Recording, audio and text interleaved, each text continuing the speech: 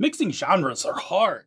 Ouch! There must be a better way. Well, there is. Now, thanks to the Blendomatic 2000, you can put all your genres into one hopper, and with a push of a button, blend them up. What do you got? You got a mystery, sci-fi, fantasy? Put them in. Blend it up. Here you go. Pour it out and you got yourself a game system. Blendomatic 2000. Only 15 payments of $19.99. Order now by internet or COD. You're old enough to know what that means. This is the Misdirected Mark Podcast, a podcast about gaming, game mastering, and entertaining you, our listeners. We are explicit, you have been warned, and I'd like to thank Mike Willard for letting us use his music on our show. Now let's pick up those mics and get on with this thing. And with that, welcome to the 487th episode of the Misdirected Mark Podcast. Tonight we discuss genre blending in your tabletop role-playing games. But before we go there, my name is Jerry. My name is Phil. My name is Chris. And I am Old Man Logan. All right, we are into the show proper. Bob, where are we going next? Let's do our temperature check, see how everybody's feeling. Jerry, how you feeling? Good. Feeling fine. Enjoying myself. Phil? I'm doing great. I'm drinking a delicious Tim Hortons coffee. Boy, would we like to be sponsored by Tim Hortons. Boy, would we like to be sponsored by Tim Hortons. I was feeling okay until I got my Tim Hortons coffee, and then I started feeling 100%. I'm doing well, by the way. I have dodged several infected family members in the last 24 hours. Come up negative where a number of people have not. I think they're doing fine, but I am dodging COVID. Seems like fun. Not as much as you think. I made my first save, though. Well, I feel good. fine. So. I just drank some coffee grounds accidentally. Oh, that was gross. But otherwise, I'm fine. I'm that good. would not have happened to you if you had had a Tim Hortons cup of coffee. That's not true. I've had coffee grounds on my Tim Hortons coffee too. They're not sponsoring us yet, so they can say what I want. Again, but that's not going to help us. That's true. But I mean, if we haven't gotten sponsored by now, after 7 years of doing Tim Hortons sponsorship ads without getting sponsored on the show, I feel like they don't know. They probably don't know. I don't think they know. I'm pretty sure they don't know. Yeah, I mean, think we've done anything I also don't think they care. I don't think Pretty sure they don't care. I should send I'll them only a ask letter. for like a $20 gift card. Yeah, I know. It's just Bob and I need some coffees. I'm enjoying my Calypso peach lemonade, which is delicious. This show's topic is not selling out. We can do that topic. We'll do a topic where we sell out everything for an entire show. You know, we are horrible at just going in, saying how we feel, and Bob, then moving on. Bob, to how the do you next feel? thing. I got in and out. Bob, how do you feel? I feel pretty good right now. I'm also fine. That's good. That's good. I never get in and out of anything. Let's jump into the announcements, shall we? Yeah, let's do that. So we have it's not my color. Never mind. All right. Because we have a new show coming to the Misdirected Mark Network. Two of the Gnomes have put together a new show, and it's Thaco with Advantage. This is two friends that have been playing D&D for a long time. They love lots of other role-playing games, but D&D is their comfort food, and the internet is all about sharing pictures of your meals. So join Gnomes Angela Murray and Jared Rasher as they discuss their love of D&D. By the time this show drops, the first episode of Thaco with Advantage will be out there. By the way, I'm the other producer on that show. I do the editing. I help with it. I'm the backup host. Is there an over-under on how many episodes you're going to edit? All of them. Excellent. I don't have a D&D podcast right now, so. Okay. That is quite it's fine. I remember the old days where Chris would be like, I'll edit your show. I've actually been behind. I've been one of the pieces that's behind. Like, it's a 3-person thrust of getting this done. I want to do this. Let me tell you that Thaco with Advantage is everything I needed to know about the name of the show. Yep. Just the name of that show, I'm like, oh, I get it. We're talking about all forms of D&D. Correct. They're loves of D&D. Yeah. 3-person thrust is my party band. Damn, you took it. Good job. Good job. Before we get to the feature segment, can I talk about something else, like a side? Let's do an aside. Go ahead. First, I'm just going to say, Thaco with Advantage, wherever you get your good podcasts, go for it.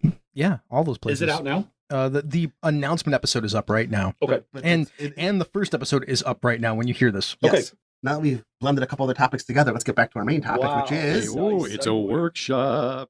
Workshop, we're blending genres. Take this genre, take that genre. We're gonna squeeze them together and make something new here in the workshop. And don't suck.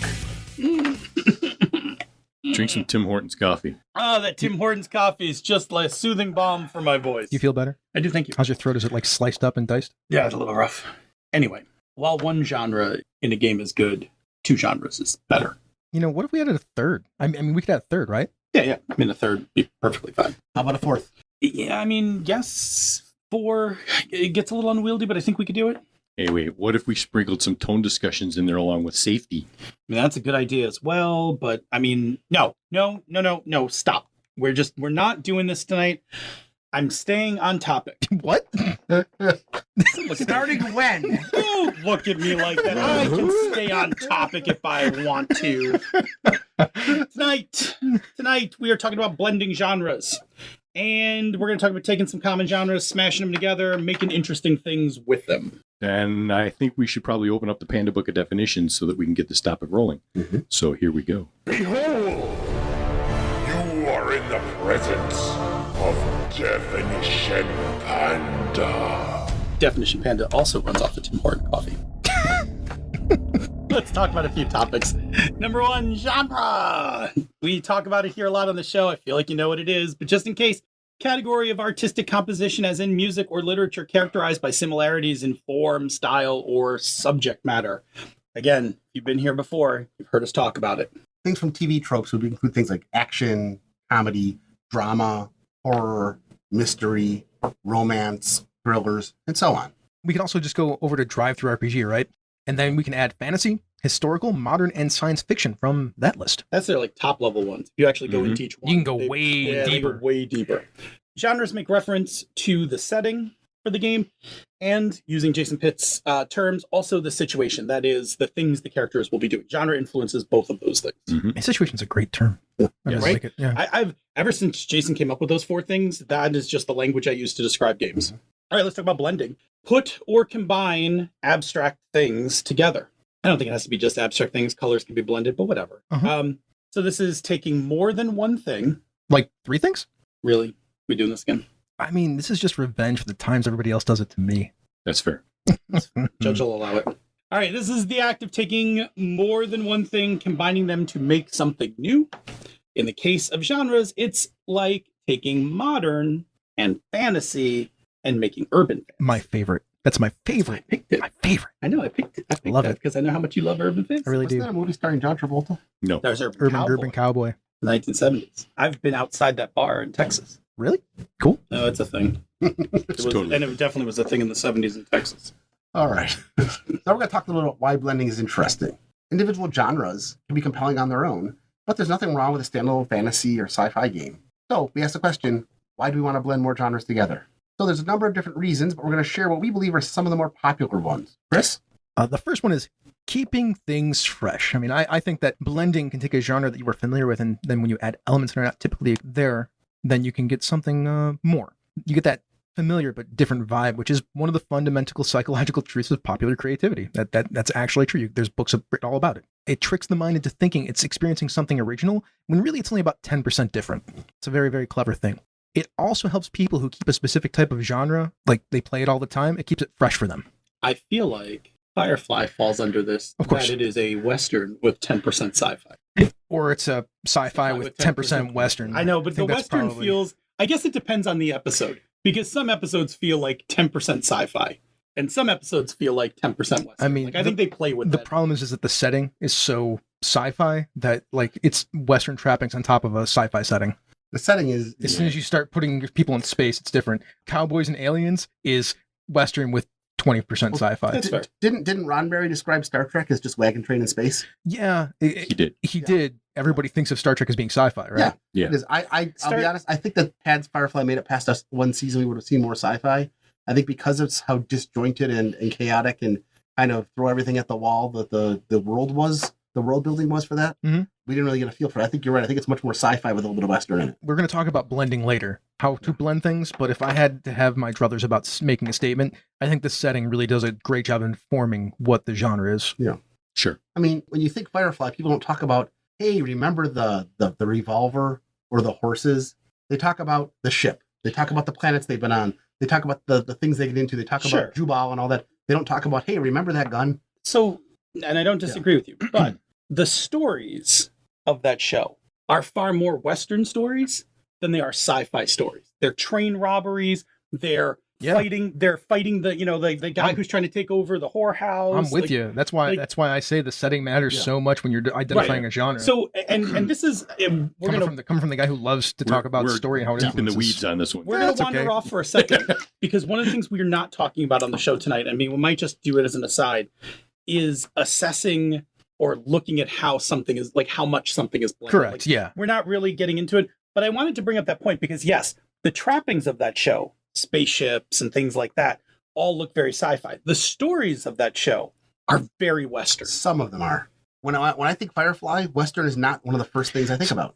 It's there, but it's not like one of the top three things. I can't look at that show without thinking. To me, in my head, it's like a 50-50 split, right? Like, that's how I think of it. Like, I'm like, oh, this is a sci-fi Western. Like, I straight up say that. When I look at Star Trek, I'm like, that's a sci-fi show. I basically say this is a Western in space. Okay. Sure. Yeah. I mean, I will defend all those arguments. It's fine. I saw it more as a sci-fi show. It also goes to say how nebulous this idea is. Yes. Sure. Which the three of us here, the four of us here, just had very different ideas and described it all in very different ways. And that show in particular. Yeah. Sure. Yeah. So I think it's a really interesting study, though. It is. Yeah. All right, back on. So Bob, tell us another reason why. So one of the genres maybe doesn't do something well, right? So in this case, you have a genre you like, but its conventions don't cover what you want to put in the game. By blending in another genre, you'll have access to those conventions for your game. And this is great when you have a kind of story or experience in mind that's not encompassed within that one genre. God, I need my crime. I need my crime and my magic. My magic fantasy story. Give me my magic heist. Yeah, exactly. Well, the other thing that happens is you can use it to broaden the appeal of your game. For example, you may want to run your crime story. You really want to run a crime story, but none of your players like modern games. They just don't want to play modern. So what they love is fantasy. What you do instead is you take all your crime elements, put them into a fantasy game. You can have heists. You can have, the Orc Mafia. You can have, elven crime leagues and bosses and halfling-run casinos and people kneecapping each other and all that fun stuff that goes along with crime stories. You can have noir stories with detectives all wrapped up and put it all in a fantasy genre. I mean, Eberron does this very well, but other fantasy games can do a very good job with it. I'm sorry no one wants to play Cartel. Meet Blades in the Dark. Correct. Yeah. I would play Cartel. I mean, yes, I want to play Cartel too. Of course you would. As always, you do not need a sole reason for doing this. And in fact, if your reason for blending covers more than one of these, that's probably even better. All right, so let's talk about different techniques for blending genres. We're going to start with the simplest version of this, which is just blending two. Now remember, each of these ingredients have their own elements. Just two. Stop using your shtick on me, man. You wrote that shtick. Now each of these... Uno reverse. Like I was saying, each of these ingredients have their own elements, conventions, and trappings. That's what a genre pretty much is. And that's where the approach comes into play. It's kind of like, are we baking cookies in the oven or making some campfire pie over an open flame? Philip, you cook a lot these days. Why not tell us about a genre blending recipe? Sure. One approach is to do this symmetrically. With this approach, neither genre is a dominant genre, and we're looking for a close to equal merging of the ingredients that we're talking about. We want to draw equally from the tropes and elements and conventions to put them into our setting. And I think a good example of this is Numenera, which is science fantasy, and it's a pretty good blend of science fantasy. It really is. I think that setting is a very good blend of all that. And I think that has to do a lot with Monty Cook, who, I mean, was clearly, an architect of third edition and then wanted to do kind of a sci-fi thing. He's an exceptional world builder. Yes. Oh, yeah, absolutely. That world's fantastic. But anyway, not to diverge. And Shanna Germain. We should not leave her out of that because she had a lot to do with that. Yeah. Yep. Yeah. Considering the fact they put a giant piece of paper on their living room table or coffee table and would just walk by and write stuff on the map over the course of a month. So cool. All right, so if we're looking at Numenera and we look at the fantasy trappings, right? There are dungeons. They're not called dungeons, but they're dungeons. Sure. Mm-hmm. There are monsters for sure. Uh-huh. There is treasure. Mm-hmm. Yeah. That game definitely has treasure. The Numenera. Yes, and there is, and I use quotes, air quotes, there is magic. Yes. Magic enough. Yes, magic enough. Mm-hmm. But then at the same time, we have a lot of sci-fi stuff in here. There's a data sphere. Yes. There are nanites. Uh-huh. The Iron Wind. Right? Yep. Also the magic. Yeah. Yes. Yep. There are AIs and computers and all sorts of weirdness. And there is technology. Tons of it. Tons of techno. Yeah, not evenly distributed, but there is tons of it. So it's a really good blending of science and fantasy. Yeah, I don't want to get into the argument about like we just did about Firefly. Yeah, because we could, Oh, we totally could. Yeah. Because I would say story-wise, they plays a little more fantasy than sci-fi, but I guess so. ready. Wait. There's a lot of that. Or Ready Explore, which is exploration a Western thing, Western expansion, or is it a sci-fi thing like Star Trek going into the stars? Would we get in trouble? Oh no, I've done it. Chris, tell us about asymmetric. Sure, I will. So in this recipe, we're dumping a whole heap load of one genre into the stew pot, and then we'll just flavor it with the other. To step away from the cooking example, genre A will be used a lot more than genre B, but B's importance is to provide storytelling, beat changes, and surprises along with reskinning some of the trappings. Not all of the trappings, just some of the trappings. Mm-hmm. This is why I think of Firefly as being sci-fi with some Western stuff in it. Yep. In this case, you want your setting to feel most like the main genre, but incorporate some elements of the other genres. That's how I feel like this fits in. I think a good example of this is Groundhog Day by Harold Ramis. You all know this movie. Nope. Have you never seen Groundhog Day? I've never seen Groundhog What's Day. wrong with I you? know. Oh my God. It's a crime. So look, it's a comedy on its surface as Bill Murray's disgruntled weatherman Phil Collins' character constantly repeats the same day over and over again. And it's got a little sci-fi weirdness to it, but they don't explain any of that. It explores the best and worst versions of Phil, but it's not until a day in the endless sameness with Andy McDowell's character, Rita Hanson, that changes the tone towards rom-com, where Phil tries to take the best version of himself, tries to be the best version of himself because of her and for her, and in doing so breaks out of the time loop he's stuck in. So it's a rom-com at the end, but it's a comedy to begin with. And rom-com might also be the most popular blended genre of all time. It also needs to be said that there's no hard distinction between these two. There's no real clear-cut middle. When you think about something like Captain America: The Winter Soldier, you could argue that it's either symmetrical or it's asymmetrical because it's a superhero and a thriller as opposed to a straight espionage story, or it could be split down the middle with superhero and action. But it means that these two approaches, as you get closer and closer to them, can look very, very similar. But if you're looking for shorthand, and that's what we're trying to convey, it's about how you approach the blend. If you look at it symmetrically, everything from both genres is getting thrown in the pot, everything you've got. Where asymmetrically, you throw everything from one genre in, and then just season it with the other genre. But don't get hung up on the approaches. Go with your gut and add whatever you think will taste good when you put it together and put it out for your players. You're really working that food theme on this. There you go. I told you that I had restructured a bunch shtick. of it to make it If there's funny. one thing that we know how to do, it's to beat you with a shtick. Yes. We will beat you with a shtick every time. All right. Spice Ninja. So if you want to blend more than two genres, the techniques are the same, but the complexity increases with each genre you add. You still pick symmetrical or asymmetrical. With symmetrical, you work to blend each added genre into one product. With asymmetrical, you choose the ratios for the different genres. You smell what we're cooking here? Why don't we move on? Phil? Sure thing. We're going to finish this out with a list of tips to help you blend your genres. As always, this list is not exhaustive, and it is not in any particular order. But like a buffet, take what you like and pass on the rest. After you select your genres, list out the tropes and elements that are important to you for each genre. This is going to give you the ingredients you can incorporate, and if you get hung up on that, TV tropes is a great place to start. But pick up your genre, go to TV tropes, and start looking at some of the things that occur. Set a timer. Yep. So We'll fall in, Rabbit fall in and hole. disappear. Yes, you will. Now, there's also nothing wrong with switching your approach. You might start with a symmetrical approach, and then after a bit of brainstorming, you decide you're going to go asymmetrical. So with asymmetrical blends, use your spice it up genre to flavor situations that are normal in the main genre. Say you have a sci-fi western, while we were talking about this earlier. I mentioned reskinning some trappings. The setting has miners because it's a western, but instead of squishy bioorganic coal miners, you have some android coal miners. That makes it very much more a western and sci-fi at the same time. When blending, take something from one genre and figure out what it looks like using the other genre. So again, back to no, at this time, let's do fantasy western. So in our fantasy western, there's no gunpowder, but there is arcane ammo, which are small projectile spells that are like made up to look like bullets. Maybe they're rolled up pieces of scroll, or maybe they are rune inscribed rocks. Yeah. Like whatever it is, you still put it in a gun and you fire it, but it's not gunpowder. Because it's the arcane energy that shoots the projectile. Exactly. In fact, they could just be bullets that are shot by arcane energy. The hammer of the gun could have Like a rune on it. and there's another rune, and when they come together, boom. Yep. That's right. Like that. That's what we're talking I about. want to Yes. play that game. Yeah. Dwarf gunslinger. I mean, I feel like there's gunslingers in all kinds of fantasy games Iron these days. Kingdoms does this really well. Mhm. Anyway, you can always take the setting as is, but then create the problem from the other genre. You can have like a sci-fi horror setting, pretty generic sci-fi setting, and then all of a sudden you unleash some cosmic horror that's never been encountered before. Event Horizon. All right, I'm going to get off the beaten path for a second here. So this might not be the way that I think in like a month or even 2 or even tomorrow, but It's fair. in asymmetrical blends, your genre might have some very distinct storytelling beats. Like certain kinds of genres have certain kinds of stories inside of them.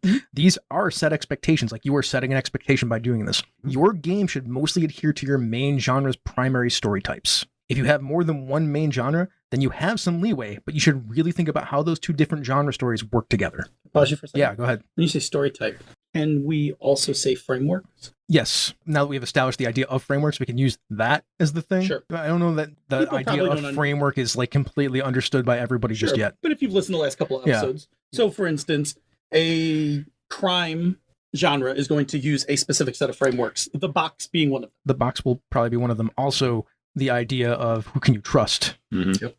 Like, is somebody going to betray somebody? Like, and also the needs and wants of certain crime lords. Like, what is important to them? What do they care about? Actually, I just watched The Gentleman again, right? So Matthew McConaughey's character, he has a very specific set of things that he cares about. Yeah.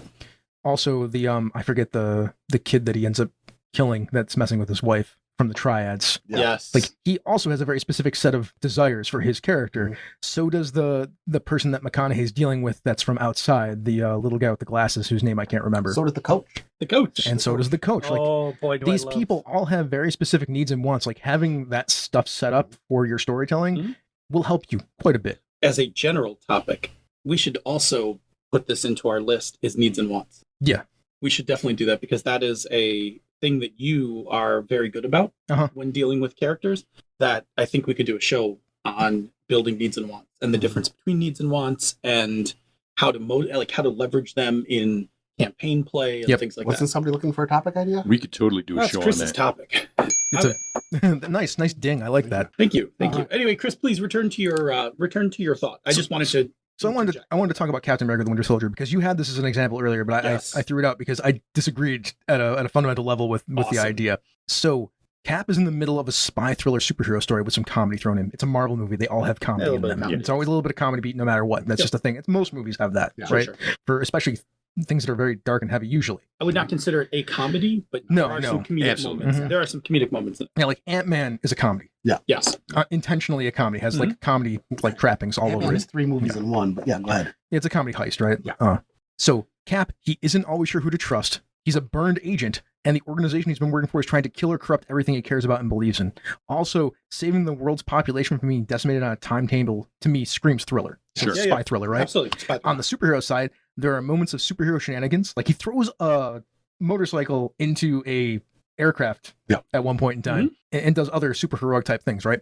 But the personal story about doing the right thing comes in where Bucky's concerned. So that's very comic booky. Yes. Like, he's a hero. He's going to stand up for his friend. He's going to save him no matter what. Yeah, he's going to save Bucky no matter what. And that is not necessarily inside of what the spy thriller thing would be, because in a spy thriller, usually when you have those two people, they come to some sort of resolution at the end, but that's usually with the hero killing the other spy, right? So, in like, I'm with you to the end of the line. That's very superhero, which is why I think it's pretty close right down the middle. It's a very 50-50 blend to me. And that's a repeated theme, because you've also got Sam, who just like shows up. He's like, "You're Captain America." Yeah, I'm gonna help you. Yeah, there's 3 people you can trust. And that's it. Yeah. That's why I think that is much more of a right down the middle than asymmetrical. Well, that's fine. If that's the part you disagreed with. I was going to say, I agree with you on all those parts. You just disagreed whether, and this goes back to what Bob said before, it's hard to tell when you get into the middle. Sure, right. Like whether it's asymmetrical, symmetrical, like what is 40% versus 50%? Correct. Yes, yeah, right. Like I'm with you. But I'm with you on the fact that this is definitely a blending of spy thriller and superhero. Yeah. Absolutely. And then again, sprinkle comedy, but I wouldn't consider it a genre thing. Me neither. If anything, if it is a genre thing, it is like the super asymmetrical spice. Now, I would say that you mentioned Ant-Man. I would also mention Guardian of the Galaxy. Guardian of the Galaxy is a much stronger comedy. Comedy action. Yeah. Sci-fi film. I've always felt Ant-Man action, sci-fi, fantasy, family. Not fantasy, family. Family drama. When we were discussing Ant-Man, it's like the first half of that movie is comedy, and then the next third of it is heist, and then the last 15 minutes is superhero action. But even in the superhero action movie, he gets hit with Thomas the Train, right? Yeah, it's a comedy. It's still funny. No, I'm not saying it's not comedy all the way through. Yeah. I'm saying, but it's almost 3 different kinds of story beats in that movie. It's superhero too, because he gets superpowers he has to train with earlier in the film. Yes. Like, that is a very superhero montage thing. There's a heist part earlier when he breaks into Hank Pym's house to steal the suit. Yep. Yeah. That movie, it is 3 genres baked into one. Yes. It's not 3 different movies. It's actually a pretty well blended film. Like, it paces itself really well. But it definitely at different points in the movie. It's an underrated film. I literally just watched it again yesterday, and you are absolutely correct. It's underrated. It's a very, very well put together blend of all 3 of those things. And I think it at different times in the movies pushes one of those into the spotlight. Sure. Yeah, absolutely. Like, there are parts where it is very much comedy, and there are parts where it is very much superhero, and there are parts where it is very much crime So, heist. so And I one of the don't best disagree with you, Jerry. I think you're absolutely right about the stuff. I think you just missed a few things earlier in the film that make it more of a blended Oh, thing. it is blended. Yeah. It's also got one of the best exposition giving characters in cinema. Yes, I would love absolutely. I would love that character to do all which the is a recaptures comedy every one beat, of my right? names. It's a comedy beat. Yes. Yeah, it's very much a comedy beat. That's an interesting thing to actually think about when you're thinking about how to move this stuff into tabletop role playing games. And now I'm going to aside a second because we're talking about tips, right? Yep. What Jerry just said and what you just said brought up the idea that at any one point in time, if you have a symmetrical blending of genres, one of those genres should be at the forefront, and then you can switch to having a different genre being at the forefront. Whereas if you're trying to like asymmetrically just like spice your main genre, that spice should never be at the forefront. Yes. That is an excellent clarification. It can be a surprise beat. It can be here for a moment, but really it can be a flavoring of something like a trapping or something like that. But it should never be at the forefront. Oh, I got a good one for you. Okay. Blade Runner. I mean, it's a neo noir cyberpunk movie, right? But it is 100% a sci-fi movie Sure. because it has to deal with artificial, like the questions of artificial life, and I don't. So I guess, and maybe we don't have a fine enough razor for this. There are two things of when I think of sci-fi. I think a lot of people are like, ooh, spaceships, and think sci-fi. But when I think sci-fi, I'm thinking about the effect of science and how science and technology and how it changes the human experience. Mhm.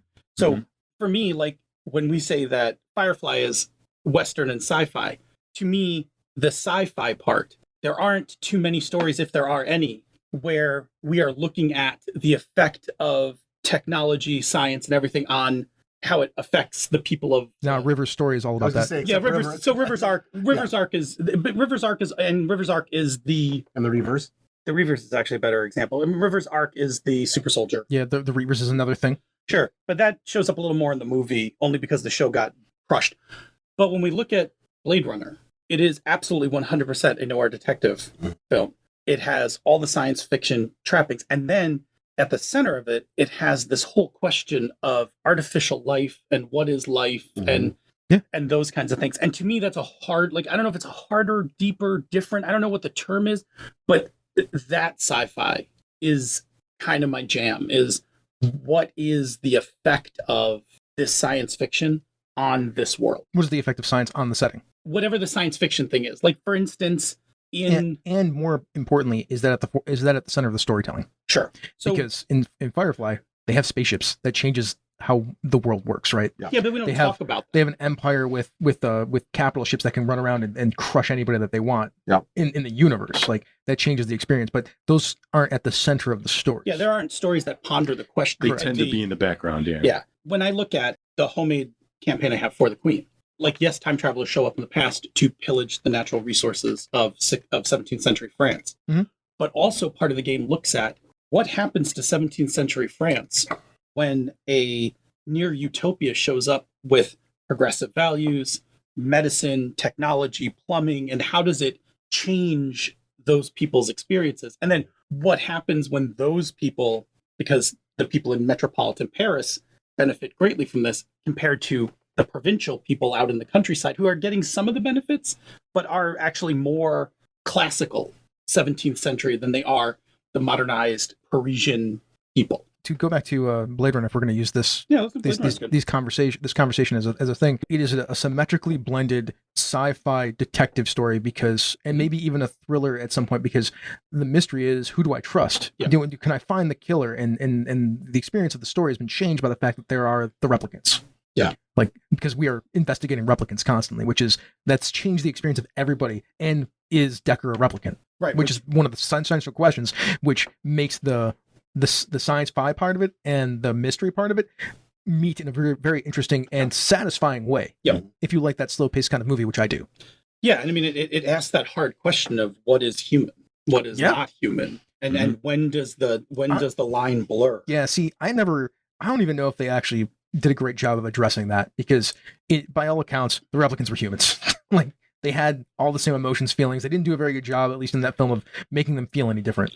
The only thing that was different about them was the fact that they were created. But I think that's the point, right? The point gets to be is, at what point does it not matter whether you are technologically built or biologically built? At what point does your experience start to the line blurs over what is human? I'm with you that's like question that the film, we're going to do film study now. I'm with you that that's a question that the film ponders, but I don't know that that is the important or even primary thrust of the film. I have a question, because it's been years since I've seen the original. Yeah. What evidence is there that Decker's a replicant? When I saw the movie back as a kid, I don't remember. There isn't a lot. That's one of the great questions of the film. Yeah, you can Google it. There's a lot of study and talk about it, like the question that is Decker a replicant or not. That's a premise of the film. But really, it's a good movie. Yeah, it's been a long time. No, it's fine. It's been a year since I've watched either. But we should tie it off. Yeah, I'll talk about it all day, but we should do something else. It's fine. I brought it up for a couple points. I think we got through our points on it. All right, cool. That is our look at genre blending. When we come back, we'll hit the round table and we'll do an unscripted genre blending brainstorming session. Whoa! Look who got through that line in one piece. I'm impressed. Yes. But first, Bob, tell us about another show on the Misdirected Mark Network. But before he does that, you know what's more impressive when you don't call it out? No, it's funny when I call it out. If I just said it, people would have been like, yeah, whatever. But Okay, then it's Kanye. funny. Okay, Kanye. It's funny because I tell you it's funny. I will tell you when it's funny. You will laugh when I tell you to laugh. Now it's funny. Even Bob's in the box. You saying you could have taken your hand out of those handcuffs at any time? No. No, only when it was funny. Bob, you want to tell us about bonus experience? Actually, before I tell you about bonus experience, I would like to reiterate that we have a Patreon. We do. We like money. We would really like for people to patronize us because that is a thing. If you're looking on the video, Jerry and I are benefiting wonderfully from boom mics that's allowing us the freedom to use our hands and kind of lean in and talk. And Chris is currently tethered to a standard cardioid mic. I might have one soon. And your patronage is what helps us get rid of that mic and get a third boom mic for Chris. That'll be coming later this month, I'm pretty sure. And boom goes the microphone. Boom goes the microphone. All right, now, bonus experience. Ray and Monica are two old friends exploring gameplay and design through the lens of diversity, while also sharing some of the dumbest humor gaming has to offer. Bonus experience. Check it out. Let's head back now and do our blending of genres live on the mics. Live on the mics. This is going to be a thing. It's a trip. This is not scripted, not rehearsed. Right. I have selected 20 genres that I compiled from a mix of my brain, Drive-Thru RPG, and the Cortex Prime book, which actually has a great listing of genres. I assembled 20 of them. Chris has provided us a D20. We are going to pick 3 genres. We're randomly each going to roll for one. Chris, would you like to roll for Sure, one of our genres? Sure. 3 is hard sci-fi. Hard sci-fi. Gross. Hard sci-fi. We're talking about air suits Gross. and vacuums and This is The Expanse. The Expanse. The Expanse. Yeah. What's the one with Sean Connery? Outland. Yeah. That's a good one. I was going to say Zardoz, but no. Talk about not there you that one. go. Talk about blending genres. Yeah. High Noon in Space. Yeah, right. Go ahead. Exactly. All right. The second genre. So you've got hard sci-fi. Hard sci-fi. I have number 8, Eldritch Horror. Oh boy, this is already looking up. Jerry, bring it home. What's the third genre? He's gonna get like high school or something. Oh, I'm hoping for romance. Right now, we've got Event Horizon. Yes, Yeah, we right do. now we're rolling out Event Horizon. And we have steampunk. I don't know how we're doing this. I don't think we Hard could. sci-fi. You can't do hard sci-fi. Oh, I got Keystone. this is Space 18. No, forget that. That's a terrible. Thank show. you. Don't stop. Yes. How do you do hard sci-fi with steampunk? Steampunk is fanciful I know. and not science fiction at all. Okay, I got this. So let's get our other one, right? We're gonna do Yeah. Hook me up. That's it. All right. So I'm gonna roll this one more time. And if it's even, we're gonna blend it symmetrically. If it's odd, we're gonna do asymmetrically. It's odd. Cool. Steampunk can be the asymmetrical part of this. Cool. I was gonna say hard sci-fi would be the asymmetrical part. Let me see if I'll Yeah, let me I take a suppose. run. Let me take a run at joining those two together. Sure. So typically with steampunks, we have airships, right? Steam powered, like either airships or trains, whatever. Let's just take that to orbit. We've got, for whatever reason, a engine has been discovered that allows for us to get the steampunk stuff into space. So we've got now steam-driven ships in orbit around the Earth. Maybe they can't get to the moon yet. Maybe they're just, making orbits and there's space stations and stuff like that, but it's all steampunky. It's brass and glass and, things like that. We're shoveling coal into these engines to keep them moving, using water vapor jets to move around. I will make a declaration about what I think the steampunk genre is. Sure. And you can all agree or disagree with me, Sure. and we'll figure it out. Okay. I think where steampunk is concerned is more about and this could, if you look it up, steampunk doesn't really have a genre like specific thing going with it. It's a problem. That was an odd It's a huge problem. Yeah. With the idea of steampunk as a genre. Come on, let's work it. But it's about hope and hopefulness and looking to a brighter future. That is the best look at steampunk that I've seen. And most everything I see, because it's all shiny and brass, and people are generally dressed pretty well. And while you generally mix other things with it and storytelling, that is a trapping or a story beat that goes along with steampunk in most of my experience. All right, hold that because I'm going to fold that in. I'll go Sure. with that, but I think because every steampunk I've ever played has always been about the downtrodden being stomped on by the people above them. Don't look at steampunk that's being played. Look at steampunk that's actually in film and fiction. Wild Wild West is about hope and like a better tomorrow for these people. It's very bright. It's very colorful. It's about these people rising to be heroes. Now, there's a villain there that's villainous, but he's pretty mustache twirly, for the most part. And some sort of capitalist, the right? director? In Wild Wild West? Kidding. Oh, okay. I'm trying to think of another steampunk. I'm trying to think of a good steampunk thing that I've seen. Isn't there that comic book that you read that you like so much that is all very Girl steampunky? Girl Genius. Yeah. Okay. Is that not in there? Yes. Okay. All right. I would say there we go. That I would get. So like, there's two examples. Like, Yes. I think tabletop gaming hasn't figured it out yet. That's probably not. Yeah. I'm good. Steampunk is such a bizarrely. It is. It's not very codified. Like my concept of steampunk is like Cthulhu by Gaslight or Sure. Gotham by Gaslight, Victoriana. So that all of them Victoriana to me is not steampunk.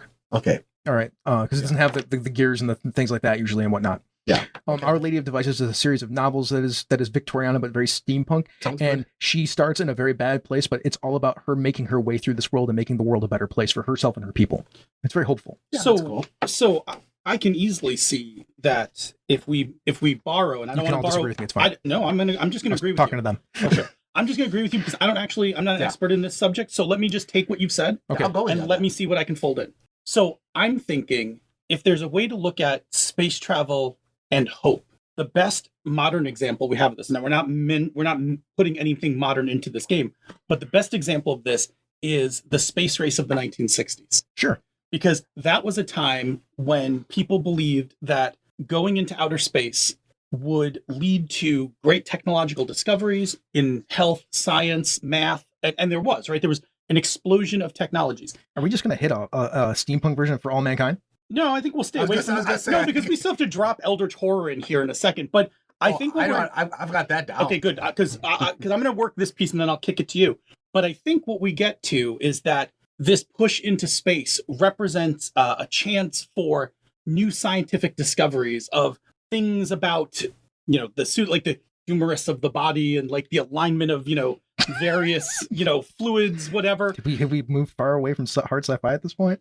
No, because we still have to deal with things like, Diving bells on. thank you, the diving bells, and we've got pressurized and steam-driven spaceships and Babbage so engines. we're going to apply actual science fiction ideology and like technology and physics to this stuff, which is fine. We Except should the do that. caveat is it works. I mean, we Right. can. Like, Yeah. we're just using better materials. No, I'm just saying, but it works. Yeah. Right. Yeah. So yes. So I think we can totally encapsulate the idea of hope. That the hope is we are heading to the stars. These are our first voyages off the planet. This is a time of great hope on the ground as people are like, yes, we've exceeded the atmosphere. We are in a new age. And then And then Yeah, and then take a chair. and then we get to the moon. And what do we find on the moon? Things man was not meant to know. Yes. It's the old meme. Moon's haunted. Yeah. There are Yep. like we get to the moon and find out that is it the ghosts of Mars, the ghosts of the moon, no, it's not the ghost of Mars. It's the thing. Good the God, Doctor no. Who reference, Oh. Well, the pyramids of Mars. pyramids of Mars. Ghost But, of Mars was the John Carpenter movie. oh, didn't they go back to Mars? And Matt Smith went back to Mars at one point I in don't know. I time. haven't seen the Matt Smith ones. Okay. Not that he's bad. I just haven't gotten. Oh, sure, that's fine. But no, yeah. So get the moon. There's things already on the moon, and it's not little bug-like aliens, and it's not cute little fuzzy Ewoks. It's things man was not meant to know. Basically Cthulhu meets Hellraiser. It's Oh my god. spikes and tentacles, and it gets. And one of the fun things is that people begin to realize that over the course of centuries, some of the creators have moved. Just something mysterious enough to keep the players guessing until they get there. So that what are the Hellraiser people are called? The Cenobites. the Cenobites. So it's Cenobite horrors on the moon It's that just tentacle- it's- enjoy suffering and pain for the for suffering and pains per reasoning. Oh no, I'm thinking I'm looking more like Event Horizon kind of stuff. It was definitely like, So we just don't get it. yeah, we just don't get it. Yeah. I'm going to add a piece in. All right. I'm going to add a piece in that somehow in the past they got marooned on the moon, and they've been waiting to get off the moon. And now that the humans are like, "Hey, we've made it to space. We're going to the moon." The Elder Taurus are like, "Yes," and now we can finally get back to Earth. Yes. Or get off planet, at least. Get off this prison planet. Exactly. We can get off this prison and we can take what's rightfully ours, the Earth. I like the idea of the moon as a prison. Thank for you. I was them. gonna go. That's what I'm like. What put them there in the first place? I like that. Oh, good words. Good words. Thank you, Bob. You and I were on the same thought there. Whoever helped build the pyramids is what stuck them on the moon. That's the There you go. Good call. I like that. Yes. All right, so we have a setting. Yeah. So now let's talk about we have a setting. What is the situation? What do players do in this game?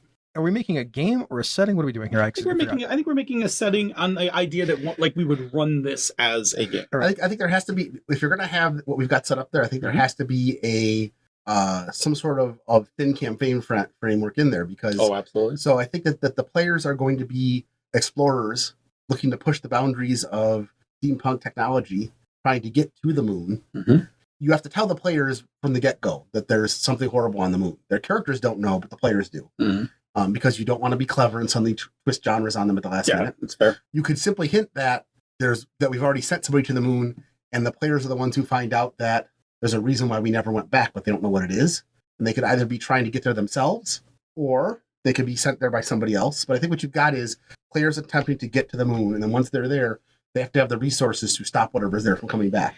I think if you're going to do this as a setting, like a campaign setting, instead of just like a one-shot game, which this sounds like like an excellent one-shot of a game, like you can have that, like, let's go to the moon and figure out what's going on. But like, we're not the first expedition that's gone to the moon. We're the second one, and there's an expedition that came back already, and there's some bad stuff happened. It's like sealed up. You go to the moon and you find out some of the terrible things that have happened, but that expedition came back, which means there's already Eldritch Horrors on the space station. Yes. And that means there's already probably Eldritch Horrors on the planet. Yes. Now we have a situation. Yes. To make it more plausible that all of those things happened, there are governments that are sending ships up. Yep. But there are also societies. Venture capital. Well, there's also like Rocket Society or the Orbital Society, whatever it is, so that not only is a particular nation state sending up things and doing stuff, other groups of motivated and wealthy individuals are like, yes, we are launching our own expedition. That is very steampunk. That's very much the idle rich spending their money to explore. Also to propel society forward instead of propel it for themselves. Yes. Because it leans more into the hopeful side of things than the I just want to make money Correct. thing. Yeah, we avoid. we're doing this for altruistic reasons. Yes. And some of them are. And because of that, Yes, because you need some villains. well, the villains are the ones who are cutting deals with the Elder Taurus and Yes. bringing them back. And the society that your group participates There you in go. There you is go. about to uncover some bad shit. Instead of all capitalism being bad, it's like split down the middle. Yes. Like that's Yes. a better way to look at Yes. it. Yes. That's what I was going. Yeah. Having Yeah, I'm with you. I just wanted to clarify. Same, some of the governments are altruistic. Some are literally like, we're going to try hard to keep anybody from going Yeah, up there. that's fine too. Yeah, And others are just that gives an like, no, interesting faction. This allows for us to have multiple scales of game. Correct. Because a story that involves simply going up against a smaller government or a different society is very different than going up against Oh no, a man! major military power or one of the You elders. laid it out perfectly well. Like there are multiple governments, multiple factions, multiple venture capitalists, and they all have different motivations and goals. It's a real setting now. Like there's a thick Yes. thing to pull from. Let me add another thing. There are cults in this setting that have known for some time that there is stuff on the moon and that they've been worshiping them and also paving the way for their arrival. That makes sense. And what has triggered all of this age of hope and all of this, is that there's some sort of astrological, whatever alignment that has made the physics possible for steam-powered ships to get into atmosphere. Like, I don't know, a comet's come nearby and gravity, like the coefficient of gravity is now different, whatever. Doesn't matter. We don't have to stick hard to it. But the idea is the cults have known that this window is starting to open, and their agents have been waiting for the first of the bad guys to arrive back from the moon. So now we not only have stories where we're going out to the moon and doing moon stuff, we have stories where the society is now entangled with these cults and, these cult leaders, because we're going full Cthulhu. I got to admit. Going back to your hard side a little bit, what makes things able to work is that a comet passed between the Earth and the Moon and got pulled apart by the gravitational forces. That's why it didn't collide with Earth and cause damage. There were rare Earth elements on there that were picked up when they landed on Earth in large enough chunks, but the majority of the comet landed on the Moon. And so there's a push for people to get to the Moon to get the rest of the resources. Yep. So there's a limited amount of resources on the planet, and the resources that are limited on the planet are simply limited by plot. I will be honest with you guys. Like, the genre of hard sci-fi is a genre that I don't understand where the lines are. Yeah. Like, I don't understand what makes something hard sci-fi and what makes something just sci-fi. So, hard sci-fi is going to be things like there needs to be a scientific explanation for how we get to a place, etc. Even if it's not based in the real world? It has to be loosely based. Now, again, because we're blending genres, it has to. So, if we're looking at hard sci-fi, we're looking at how does this realistically work? Okay. But then we're mixing steampunk with it. So now what we're asking is, how does this realistically work if it was a steampunk work? Okay. We can't hand wave anything, is what we're saying. Like, you have to have an explanation for everything. Exactly. And it can't be magic. Yeah. And it can't be so sci-fi like, oh, there's a force field and you can walk on the outside of the ship. No. You have to put the diving bell on. Yeah. You've got the little window with the the grate and a tether with somebody's cranking a compressor or putting coal in the compressor to keep you fed with oxygen. Or it's automated now because we have gears. Sure, but then it's gears dumping coal or That makes things Maybe not coal, maybe something better. the element. Yeah. For me, hard sci-fi generally tends to be 0G is a thing. Yeah. No artificial gravity. Momentum and things like that are a thing. Yep. No air in space. Mm-hmm. No force fields. If there's faster than light travel, it is expensive and complicated. And generally limited to projectile weapons as opposed to laser beams and blasters. Yes. Yeah. Everything but the steampunk part was the Expanse. Like, there's you are- Eldritch horror / hard sci-fi. That's the Expanse. Like, there's some wacky stuff going on in that. Unfortunately, I got to the episode where they're walking through the plant ship, and that episode was so slow. The book is much better. Yeah. And I'm just like, and I got to the end of it, I'm like, okay. Sorry. But it's a great series. It lost me. To lean into the steampunky thing a little bit more, instead of shoveling coal, they're using Ethereum. Sure. Which is not the coin. Not the coin. Not that bullshit. It's like a gas. It's like a which is made from the material at all? So it's made by it's made from that space debris. Okay. Yes. Then we are back sitting in hard sci-fi land. And it turns out the space debris, that Ethereum, is great for powering ships. If you inhale it, it has cancer fixing properties. Like, there's a whole bunch of reasons people want this stuff. By the way, our hard sci-fi is now our sprinkled genre instead of our one of our main two. It's the hard sci-fi Spice Weasel. We've got heavy asymmetrical on this, which is okay. Which, to be honest, as soon as we added steampunk and hard sci-fi together, I didn't know. As soon as you rolled hard sci-fi, I was like, crap. What if we roll fantasy? I'm like, I saw hard sci-fi and steampunk. I'm like, these are the two that aren't going to work, but we made them work. We're good. In honesty, not every combination is going to work. No. Yeah. I wanted to do this unscripted Which because is good. I think that when we brainstorm, we do some of our best work. Yeah. And we did. Like Chris brought up a good point because my understanding of steampunk was mostly just the trappings. Like, just put some brass and leather on it, we'll be fine. We'll be fine to go. My definition of it is not the accepted definition. Which is, everyone's going to have a different definition of what steampunk is. So this goes to a point I think we made early in the show, but I'll bring it back up now. When you are doing this exercise, whether you are doing it alone or with a group, and this will sound very uncharacteristic for me, if you take a moment to define what that genre means to you, then you understand the things that we're going to pull from it. Yes. Yeah. So it is an exercise. Like, it was really good when Chris was like, I have read a lot of steampunk. Let me tell you my feelings about it. Yeah. Now, whether that's the literary accepted version of it doesn't matter. For where we are, there isn't a literary accepted version. It's fine. But what my point is, for Chris bringing that up, I wanted to be able to say, yes, let's include that, because I think that that's, one, I want to make it something you would enjoy. Mm-hmm. And two, your definition is valid definition. It also gives a nice counterpoint to the Eldritch horror part of it. Yeah, which is great. Actually, this is like a super playable. It is. Yeah. I would play this game. Yeah. I would play this. Yeah, I would too.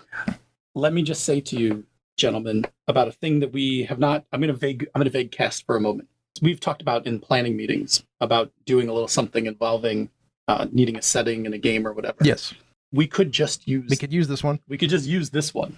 I don't know what we would call it, but we could use it. I would definitely not be opposed to that. Yeah, I would play the heck out of this. All right, don't worry, Here, folks. I'll vague cast harder for everybody. Maybe even I'll even make an announcement. into it. We're gonna make a game on the show at some point using a game system called Cortex, and this might be the game that we make. We might do a different one, but I could tell you that I could definitely see this as a game. Yeah, we want to do we want to explore Cortex on the show and explain what we know about it and try to let you all know what we know about it. And the way that we've decided that might be the best is to build a game and then play a little bit of it.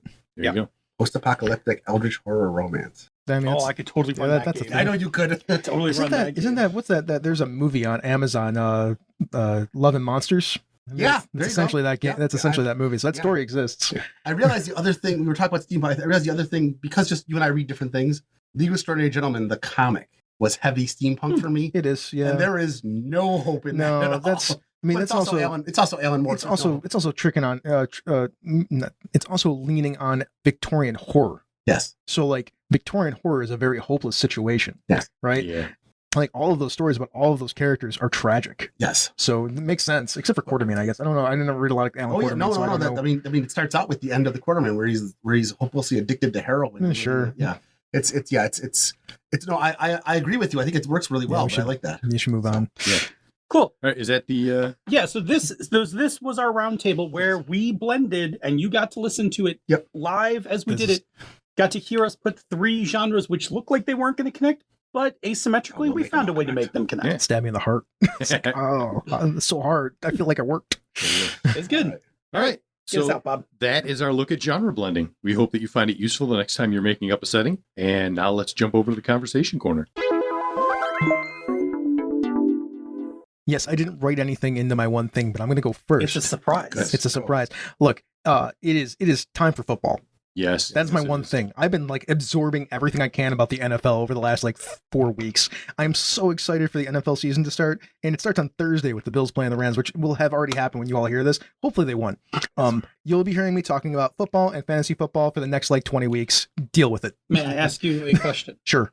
And I won't hold you to this. Okay. But having done all this research, absorbed all this knowledge. Yep. What is the holy shit? What should I be looking for this season based on what you've been listening? From concerning what? I could give you 30 different stories. Give me a team that I'm not expecting to be I got one interesting at all. That's Bob, go ahead. going. You That's go first, going to Bob. be a thing. The Philadelphia Eagles. Ugh, fuck that. Do they- That's they- why you have to say crap. Sorry, man. They might have the best or the second best roster in the As long NFL. as they beat the Giants, I'll be happy. Do they? They're going to win that division. They should win that division. Good. They should be lose to the they should be Giants 12 and win and that they should be division. 12-5 or 13-4. Their Even if the team Giants is are that trash. good. That team is that Their good. defense By the way, as a is lifelong ridiculous. Giants fan, I hate the Philadelphia Eagles. Their offensive line is ridiculous. Yep. They just push people around. I think the most interesting thing for Bills fans or people that are paying attention to the AFC to watch is the Miami Dolphins. Because if Tua is any good, that team is also ridiculous. Full of bad news. Why don't you just tell me the Patriots are also good? No, they're not good. I feel better They're about mad. that. The Dolphins should be better than the Patriots this year. Oh, so we're going back to the 80s? Probably. We're going back to No, Squish no. the It was Fish? a The fish. Patriots are still going to be good. The problem is the AFC is stacked with some ridiculous rosters. Yeah. Like the AFC West is going to be silly. I mean, the Chargers are great. The I don't care what anybody says about the Chiefs, man. They got 2 really good young. They drafted 2 good young cornerbacks. They have new wide receivers in Marquez Valdez-Scantling. They paid him a bunch of money. He's going to be much better than people have given him credit for when he was in Green Bay. Yep. Juju Smith-Schuster's there. They might have lost Tyreek Hill, but now Mahomes is going to be able to target a whole bunch of different people, and he looks better than he has in 3 years. He's worked out. He's got his game back, and they were garbage last year. That's the worst season that they've had, and they were still in the AFC Championship game in 3 years. I'm going to just replace myself with my son Yeah. to talk to at this point. Also, Russell Wilson's in Denver in that division. Yep. that's a super fascinating team right I've there. always been a fan of Russell Wilson, so And I'm excited to So see what he does. watching them with Cortland Sutton and Jerry Jerry Jeudy, oh man, what a great offense that should be. And the Raiders look amazing too because they have Devontae Adams playing on that team with his old college friend Derek Carr. Yep. So their team is stacked with wide receivers and players that can make plays too. Their offensive line's a little shaky. and their defense could be suspect, but like that division is just set to be just a slugfest. So we're Like gonna see some good games then. the AFC is stacked. Yeah. It's silly. It's going to be interesting. Looking forward to it. Yeah, I'm actually looking. I mean, I'm also looking forward to I it. also didn't mention Justin Herbert. Like Justin Herbert should be a superstar this year. I'm just much more of a casual. There's so many good football. I like players. watching football with you guys, and like if you guys aren't watching it, sometimes I remember to watch it, but I like mostly like watching it if you guys are watching it. I'm a borderline sports fan. Watching football with these guys is always fun because they know what they're talking about. They're very friendly and casual, and they'll explain to me like, why am I supposed to care about this particular matchup? I mean, I enjoy the game, but fantasy football's also made a difference. But it's been a lot of fun just watching football with you guys. I mean, opening night is the Bills versus the Rams, the Super Bowl champions versus the Super Bowl favorites. Yeah. And Yeah. the Bills are going into SoFi, which, by the way, I would love to go to SoFi Stadium. It's a $5 billion stadium. It's gorgeous. It's pretty slick. They have like they have a arena inside underneath as part of the same complex as the stadium. Like it's not just a football stadium; it's like an entertainment venue. Yeah. And it's in LA, so the LA fans are like, we're LA fans. Like it's a Laker town, right? It's a Laker town. It's a Dodger town. It's not a Rams town. The Rams haven't been there for that long again. Like they were there, then they left, and they came back. But that is going to be an exceptionally interesting game, especially with Von Miller going back to where he just won a Super Bowl. Stafford's coming off having some really bad like elbow problems, so he's supposedly healthy. Yeah. So we'll see what happens. It's gonna be a good game. It's exciting. I know a lot of stuff about football. Good times. Good times. Excited. Okay, I'm done. Bob. All right, so I just finished a reread of the 20 Palaces series by Harry Connolly and my first read through of his prequel book called 20 Palaces. This is kind of an urban fantasy horror, All right, you got more it. towards the accurate. horror. That's accurate. But he's got a very interesting look on spells and where they come from and how they work. So the magic is very interesting. Feels very warlocky, doesn't it? It feels very warlocky to a certain degree. And then there's the whole eldritch horror kind of thing where the things from the other side make their way over here, and they are all bad in so many different ways. Terrible. And this guy gets kind of thrust into it, and he's basically 20 Palaces is the name of the society that is kind of like trying to control magic and keep people from bringing bad things into the world. And if they find out that you've got spells, they will just flat out kill you. And he ends up working with them, and they are constantly surprised that this dude lives from mission to mission because they all figured he'd be dead on mission one. And he's just got that combination of luck and hardiness and Plot armor. and will and plot armor that he just Don't keeps underestimate plot going. armor. I found it very, very entertaining. It's very well written. It's very well written. I agree. So I just went through all of that again. It's so good. Enjoyed it so much. Cool. Good times. All right, Jerry. My one thing is something that Phil actually introduced me to last week, which is a little phone app game called Warhammer Tactics. Super fun. It's a lot of fun. It's if you've played app games like Marvel Strike Force or Concepts of Champions, that you build a team, but it's based in the Warhammer 40k universe.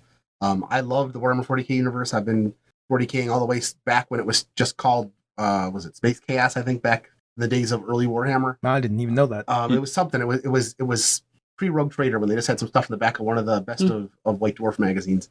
And this is a fun game. You basically start with a couple of characters and you build the characters up. And unlike games where you just like put your characters here, fight against here, there's terrain, there's movement, there's ways to use your team to support each other. It's like if you're familiar with things like Mordheim and Gorka Morka, it's that kind of small squad-based scenarios. I'm enjoying it a lot. I grumble at it because they try to make it balanced, which means that some of the models in the game do not act like they would in the tabletop game. I used to be the event coordinator for a hobby shop where I ran Warhammer 40k tournaments like 3 times a week. So we were seriously in depth. I used to have, not kidding, I think I had like 30 different armies for Warhammer 40k. I had different flavors of different things. So it was a lot of fun. So it's fun to get back into this and be able to do cool things and see a melter work like a melter and see, Grots running around and orcs being kind of goofy and the chaos bad guys being horribly terrifying. Yeah. It's a lot of fun. It's between I think it's between 3 and 7 or so. I think the max like 3 or 7. Five Five. units. Okay, 3 and 5. So some missions are limited. So between 3 and 5 units on the field. So yeah, in terms of balancing, like armies that in traditional 40k rely on the fact that there's like a million low-level grunts. This is a skirmish game. They can't do that, right? So that's. I have always peripherally liked 40k, but I never really wanted to get into painting models or doing anything like that. So this is actually great for me because it feels like a little war game, which I really like. And I do actually, over Strike Force, I do actually like the having to move and use terrain thing. It's hex based. It's a hex based grid. Yep. With terrain. It's 3 to 5 on whatever the opposition is. Yep. It's a tactics game. Yep. It's fun. And it's fun. And you can play against you can form a guild. We just formed a guild, the Rust Belt Guild. Yes, the Rust Belt Guild. And you can play as a team. You also can play against other players if you want. Arena. Which isn't really PvP. It's you're playing against their team that's AI controlled. Yeah. Exactly. And there are some there are some treasure scavenging modes. There are survive the horde rush modes. Onslaught. And so there's a lot of fun little things you can do with it. And it also brings me back to the days of the original Rogue Trader. The original 40K game that came out was a book called Warhammer 40K Rogue Trader, which was small squad based game. You generally had 10 to 20 models. There were actually points in there. You could design models. So if you wanted to give 2 of your Space Marines melt-a-guns and stick an ogre in the group, and that they had ways to point that out so you could have balanced things. And you played with them from game to game. And while it wasn't codified hard in the game, it was easy to just like, okay, at the end of each game, you get 5 more points to build your guys on. So you could play it like a skirmish game. This reminds me a lot of that. It's also back when you could buy the rule book and 30 minis for like, I think it was $15. I remember when. So like 30 years ago. Yeah. Because that's now like $60. I more than 30. I remember when the first of the big tanks, the Land Raiders, came out. You got 3 rhinos or 2 Land Raiders. 2 Land Raiders was 15, 3 rhinos was $12. These days, a single rhino is like 50. Yeah. So let me say this about the app. It's fun. So I don't know the technical term for this. I'm just going to make up a phrase, and then Chris will tell me what the correct term is if it exists. Maybe. This game is a currency salad. Yes. There are like 12 currencies in this game that all do different things, and they all regenerate, collect, generate, grow, shrink, or whatever under a whole mess of rules, and including purchases. Yes. So don't spend money. There's coins. There's raid tickets, prayers. Yep. There's the black stones. So and each of the and you haven't probably gotten this yet, but the non-imperial forces have their own currencies as well. Yeah. They all do. So there's orc currency, there's Xenos currency, there's chaos currency. So it's a gotcha game. It's a gotcha game, and it's fun. Its onboarding experience is. I'll say 2 things about the onboarding experience. It's super strong. Yeah. Because it does a lot of things quickly. You win stuff, you get points, it starts to feed you, and then your dopamine hits are constant. the dopamine hit comes on constantly. I will say one thing I dislike is I wanted to use this on 2 different devices, and on my one phone, I have it like I logged into Apple Game Center, which means that now it's associated with my Apple Game ID. Yeah. So it works on any of my other devices. Should. So I wanted to put it on my iPad. Yeah. But you can't get to the controls, the setting controls to put the Apple ID in until you play through the first 5 missions again. And do all of the level up. Like you can't it's so guided. It's like 20 minutes. It's like 20 minutes of your time. Yes, but it's Maybe 20 minutes. less, It's 20 minutes of shit I did, and it doesn't count because as soon as I put my ID in, it was like, "Oh, I'll wipe out this instance for you and load your." They should fix that. You should write to them and tell them to fix it.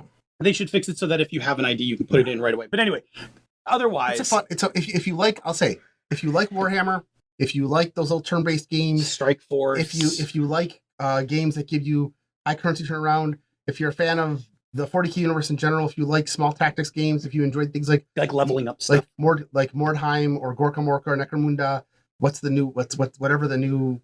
Oh, I stopped paying attention. There's a new 40K game that's out there now that's basically small unit tactics. Even if you don't like 40K, if you don't like 40K at all, and you like small unit tactics, if you like leveling up things, if you like if you like campaign progression and things like that. This game is also fun. Yeah. Like you do not have to be a 40K guy because I'm hardly versed in it. Me too. And was able to jump right in. The other 2 things I like is that there can be, and you can play missions that you enjoyed. You can play them again.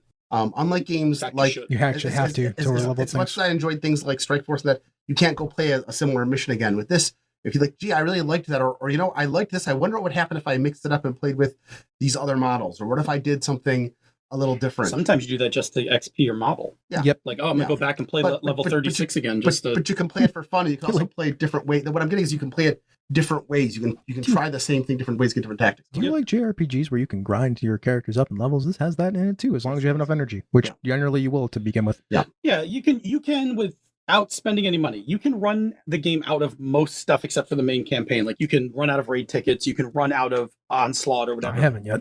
I've had a couple of runs where I've dug in a little too long and was like, I should stop. Every day I use up all my raid tickets. I end up out of all the consumable stuff except for coins and Blackstone every day. That's why Jerry's like 1,000 points ahead of me. Which is why I have more stuff. Yeah. Proceed. All right, my turn, right? Yes. Yeah. Cap this guy off. You talking about Minecraft?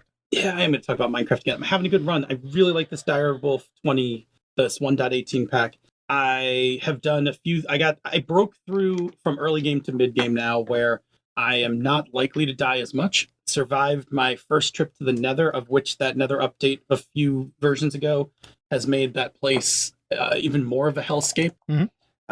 I got my first items that I needed from the Nether to make my life a little better. I've been playing in the magic mod, Ars Nouveau, which is, I think, the coolest magic mod I've ever seen for Minecraft in terms of stuff you can do. Like, it feels like you are casting spells and you get to build spells. Well, that's fun. Which I think is really neat. Yeah, that's cool. So I built a spell that you shoot and it injures the character, but it also then prevents them from moving. So you can then just run up and smack them a couple times or run away. Okay. It's great for creepers. The Sure. creeper starts moving in on you, you just hit them and hold them in place and then shoot them a few more times. Anyway, I'm in a place where I'm just playing it. I made a list, I think last weekend, I made a list of like all these things that projects that I need to work on. Mm-hmm. And I've slowly been just kind of, as I've been interested, like, okay, I'll do this one. I'll start this one. Oh, I've run out of resources here. Let me jump to this next one. Makes sense. That kind of thing. So it's a good pack. I really like it. It is a kitchen sink. I think I've talked about this before. There's way too many mods in it, but you will find whatever you like in it. There's a even simple plane mod. I haven't built it yet, but you can build an actual plane and go flying around. Like it's like a little biplane, and then you That's just really fun. jump in it and take off. That sounds really cool. Okay, that sounds fun. Yeah, it's pretty cool. So anyway, it's been giving me a lot of life. Of I've been everything, enjoying it. every time you've talked about Minecraft, that's probably the neatest thing you've said The plane for mod? me. Yeah. Oh, I don't know. You'd like the magic mod. The magic mod. It sounds too in depth for me. I don't. Oh no, it's not not. why I It's play not video too in depth games. for me, so it can't be too in depth for you. Yeah, but you like building that stuff. Like I play Minecraft. I'm like, this is tedious. You have to, just like they said in Rick and Morty, right? You gotta Craft to you gotta mine and mine to craft. Yes, exactly. Did your dad write this? It's my favorite line when It's- No, there's nothing wrong with Minecraft. I think it's a great game. I just get bored. It is consistently the game. Like I've played for almost 10 years. Mhm. I'm like in the modded space. I think if I was only playing vanilla, I'd be bored by now. But in modded Minecraft, like I have never. There's exactly one game that I've played for 10 years. It's called Dungeons and Dragons. But what about video game? There's no video game that I've played for 10 years. But you've played JRPGs, like different ones. Yes. You have a favorite genre. I don't know that I have a favorite genre anymore. No, that's fair. I think the thing that keeps Minecraft from aging out is that it's purposely blocky, right? It never looks, every time an edition comes out, It's fine. it always looks about the same. Like I said, it's cool with me. Yeah. I wish I just had something interesting to ask you about it, but I just don't because Yeah, it's Well then, I'm at that, let's move into the Bob. mine to craft to mine. Yeah. How about tell us about some Patreon shoutouts? Yes, it's time to shout out to our patrons. So, a very, very special thank you to Brandon Barnes, Brandon Michael Smith, Brantley Harris, Brian King, Brian Kurtz, Chris Steele. Cubano, Eileen Barnes, Eric Mengi, and Heptalema. And thank you so much to everyone else for listening. If you've enjoyed this podcast, you can get more of our content through YouTube, our YouTube channel at youtube.com/misdirectedmark, where we release videos on Tuesdays along with other content for our patrons. You know, our videos are mostly just the initial segment of this show. So if you're a podcast listener, you want to see a video version of it, you can. If not, tell your friends, please. Yeah, do that.